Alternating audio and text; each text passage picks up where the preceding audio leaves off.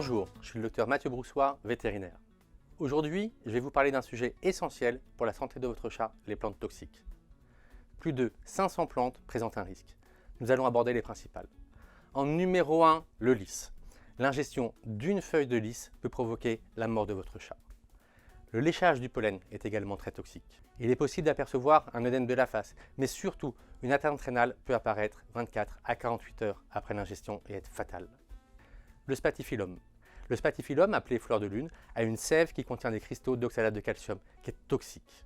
Elle peut irriter la bouche et les yeux, l'estomac et la peau, pouvant causer des ulcères, parfois des perforations de l'estomac ou de l'œsophage. Les signes les plus courants d'une intoxication sont la salivation, les vomissements et la diarrhée. Le laurier rose. La toxicité du laurier rose est particulièrement élevée. En effet, seulement 2 feuilles ingérées peuvent tuer un chat.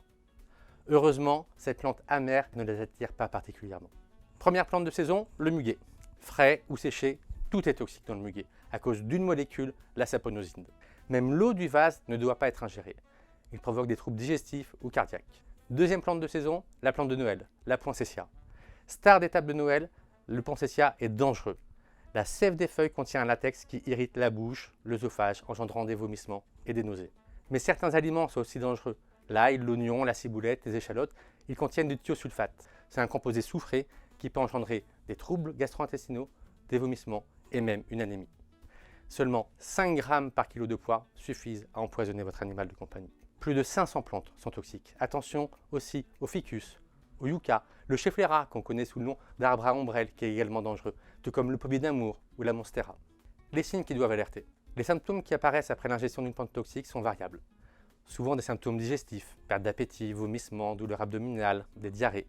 Souvent une salivation excessive avec des rougeurs ou des lésions dans la bouche. Un état d'abattement physique extrême avec une perte d'équilibre, une démarche anormale et même parfois des convulsions. Des troubles cardiaques et respiratoires peuvent apparaître, mais ils sont plus difficiles à évaluer pour le propriétaire. Alors que faire tout de suite?